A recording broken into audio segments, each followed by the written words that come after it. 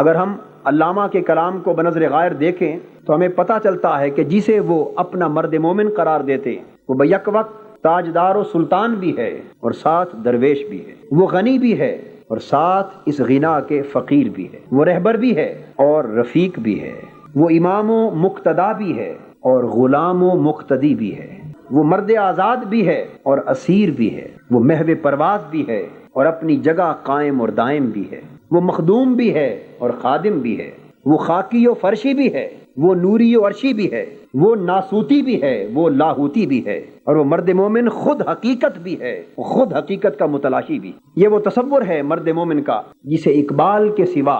اس ڈھب سے اور کوئی پیش نہیں کر سکا۔ اس کی ایک بنیادی وجہ ہے کہ اقبال نے اپنے تمام تر تصورات قرآن مجید سے اخذ کیے ہیں اور ان کی تفصیلات و جزیات ارشادات نبوی صلی اللہ علیہ وآلہ وسلم سے متعین کی ہے، اور ان کے معارف اور معالم کو اور لطائف کو اور حقائق کو شیخ رومی سے سیکھا ہے۔ ان تین چیزوں کے امتزاج نے، یعنی قرآن، حدیث اور مثنوی، ان تین چیزوں کے امتزاج نے اقبال کے تصور کو وہ نمایاں پن، انفرادیت، عظمت اور روشنی عطا کر دی ہے کہ جو ہمیں بالعموم کسی اور کے ہاں دکھائی نہیں دیتی۔ اقبال کے مرد مومن کو اگر ہم قرآن مجید کے تناظر میں دیکھنا چاہیں تو مجھے یہ کہنے میں کوئی تأمل نہیں کہ اقبال کا مرد مومن قرآن کا انسان مرتضیٰ ہے، اور اقبال کا مرد مومن قرآن کا نفس کاملہ ہے، اور اقبال کا مرد مومن قرآن کا عبد معزون ہے۔ قرآن مجید مرد مومن کا جو تصور مختلف عنوانات کے تحت مختلف مقامات پر بیان کرتا ہے،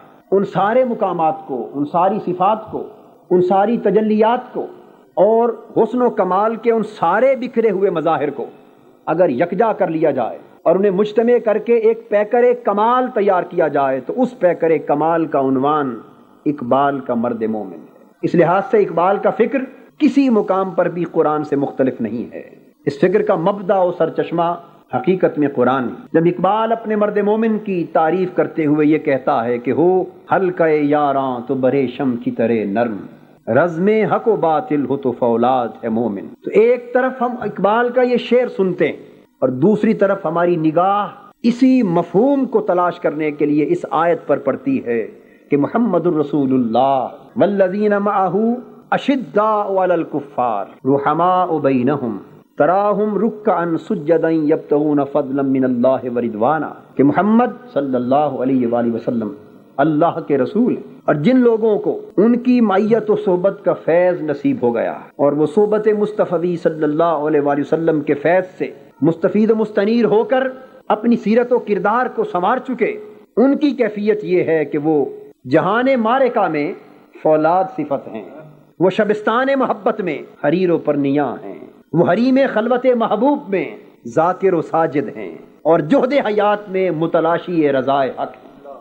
یہی چار اوصاف ہیں جن کو اقبال مرد مومن کے طور پہ اپنے اس شعر میں بیان کرتے ہیں، کہ اس کے اندر شدت و صلابت بھی ہے۔